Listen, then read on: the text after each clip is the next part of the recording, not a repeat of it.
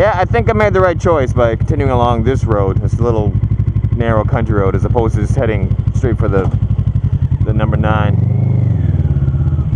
Hi guys, excuse me.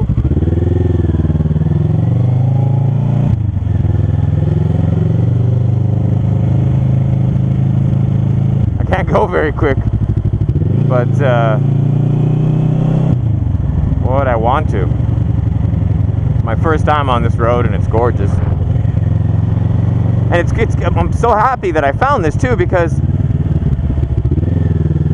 I normally, when I go, especially when I'm going from East Coast to West Coast, I'm usually going from East to West, not West to East. And when I normally go East to West, I always take the 7, because the problem with the 9 is that you actually hit a fair amount of, you have to kind of go through part of Taipei to get to the 9, and there's like, that's a Taiwanese magpie. It's a bird indigenous only to Taiwan.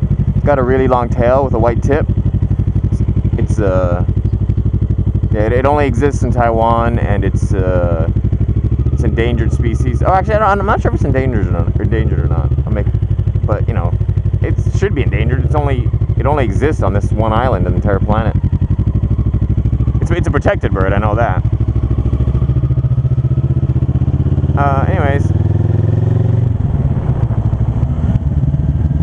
So yeah. Normally I avoid the 9 because I hate. The 9's beautiful, yeah, great. But then when you exit it, your GPS and maps will pretty much always take you like straight into fucking like Taipei City and like rush hour traffic. And so I always just take the 7 to avoid all that. But now that I know this road, then on my next tour, the next tour I give, we can very possibly do the 9, which we don't normally do. And then we can take this road. I'm programming it into the GPS right now, so we'll take this road on the way out, and that'll be nice.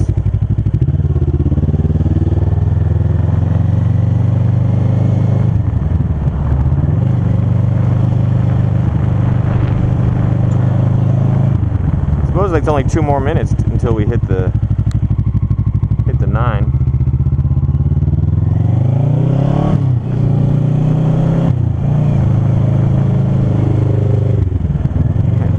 You know, it's funny because a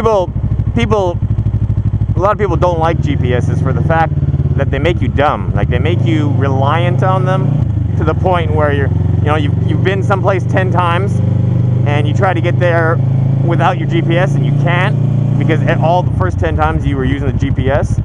And I'm totally like that for some things. Like there's a bank that I go to, and I go there every month, but I only go once a month, and I've always used my GPS. And it's at the point, even though I've been there like 4 or 5 times, I probably couldn't find my way there by myself, which is sad, because before I even owned a GPS,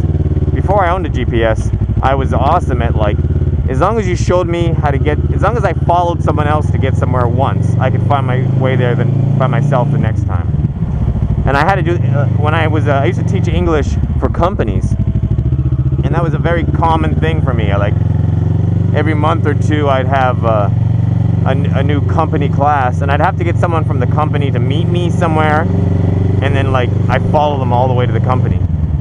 And then that's all it took, just me following them once, and then I could find my way on my own the next time. And now, you know, there's a bank that's not that far from my house that I've been to 6 times, and I still don't know how to get there because I've been reliant on the GPS. So that's the negative side of using a GPS.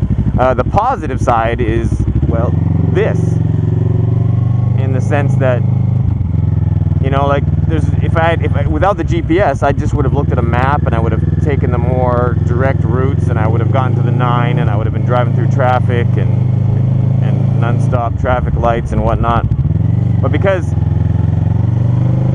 of the GPS, when I got to this one intersection, I just thought, oh, I wonder where this road goes. And I checked the GPS, and I traced the road, and, you know, I'm zooming in, zooming out, which you can't do with a map. And I followed it, and I'm like, oh, it does theoretically connect with the 9, so I'll take it.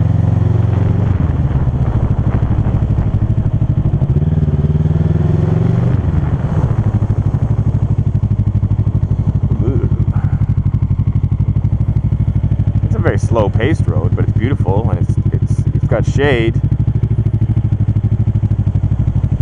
Hi, puppy. My son copies me that. Whenever he sees a dog anywhere, he always says, "Hi, puppy." And they have a nice temple of some sort up there.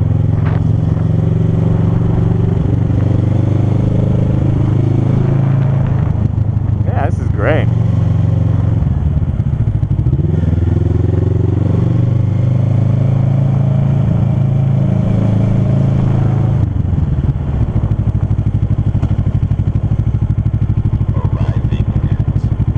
Yeah, the road just up ahead is the 9, just a little bit further. I'm going to stop the video here though, because I'm going to fiddle with my GPS.